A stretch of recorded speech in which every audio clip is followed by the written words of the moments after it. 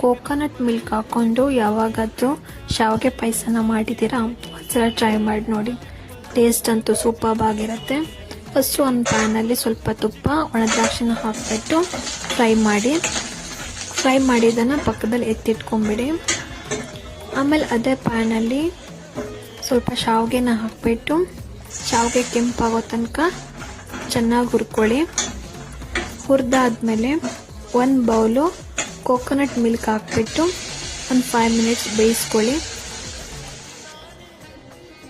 ನೋಡಿ ಇವಾಗ ಚೆನ್ನಾಗಿ ಬೇಯ್ತಿದೆ.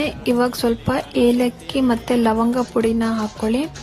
ಅದಾದಮೇಲೆ ಒಂದು 1/2 ಕಪ್ಪು ಬೆಲ್ಲನ ಹಾಕಿಬಿಟ್ಟು ಚೆನ್ನಾಗಿ ಮಿಕ್ಸ್ ಮಾಡಿ ಇಟ್ಕೊಂಡಿರೋ ಒಣ ದ್ರಾಕ್ಷಿನ ಹಾಕಿಬಿಟ್ಟು 1 ಮಿನಿಟು ಬಿಡಿ. ನೀವು ಟ್ರೈ ಮಾಡಿಬಿಟ್ಟು ಟೇಸ್ಟ್ ಹೇಗಿದೆ ಅಂತ ಕಮೆಂಟಲ್ಲಿ ತಿಳಿಸಿ, ಓಕೆನಾ?